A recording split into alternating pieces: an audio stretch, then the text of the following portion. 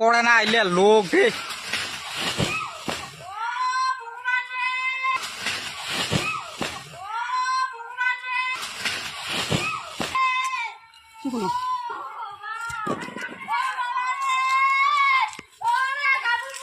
বললাম দাদা আপনার নাম?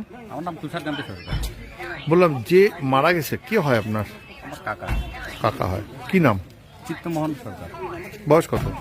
বয়স তো কাগজে আছে 60। আচ্ছা, বাড়ি কোথায়? আমগুড়ি ভাদুবাড়ি। তো কি হয়েছে ঘটনাটা বলেন তো।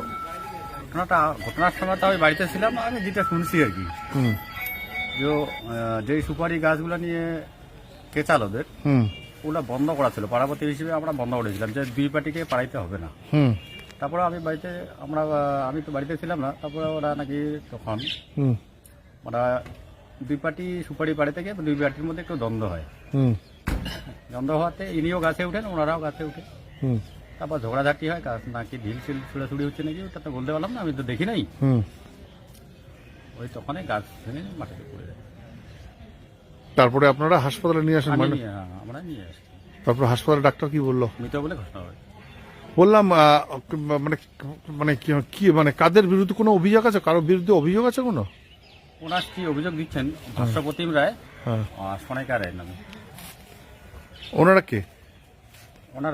ওনার জেঠাতো বোন। ঠিক আছে, আপনার নাম? আমার নাম তুষারকান্তি সরকার। আমার নাম ফুলেমতি সরকার। বললাম যে কি হয়েছে? ওইখানে ওই জমিটা নিয়ে কেচাল, ওই জমিটা আমার স্বামীর নামে আছে। হ্যাঁ, হুম এতদিন আমার জেঠা শ্বশুর নিয়ে খাচ্ছে, এখন জেঠা শ্বশুর নাই, মারা গেছে। জেঠা শ্বশুরের মেয়ে আছে, ও এখন জমিটা আমাদের জমিটা ও খাচ্ছে। আচ্ছা তার জন্য আমার স্বামী বলতেছে যে আমার জমি তুই আমাকে ছেড়ে দে। আচ্ছা ও দিবে না।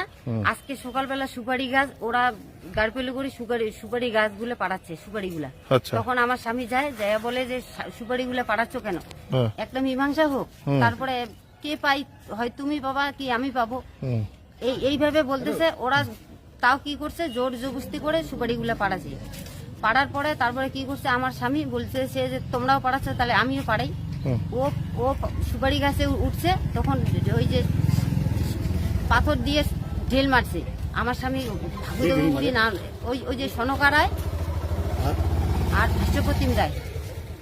আচ্ছা, তারপরে পড়ে যায়? হ্যাঁ, তখন সুপারি গাছ থেকে আমার স্বামী নামার পরে হাগুদাগু করে পড়ে গিয়ে তারপর হাসপাতালে নিয়ে এসেছে? ময়নাগুড়ি হাসপাতালে নিয়ে আসি। তারপর ডাক্তার কি বললো? তখন ডাক্তারবাবু বলছে যে মারা গেছে। কোথায় বাড়ি আপনাদের? আমগুড়ি ভাদের বাড়ি। ভাদের বাড়ি। কখন ঘটনাটা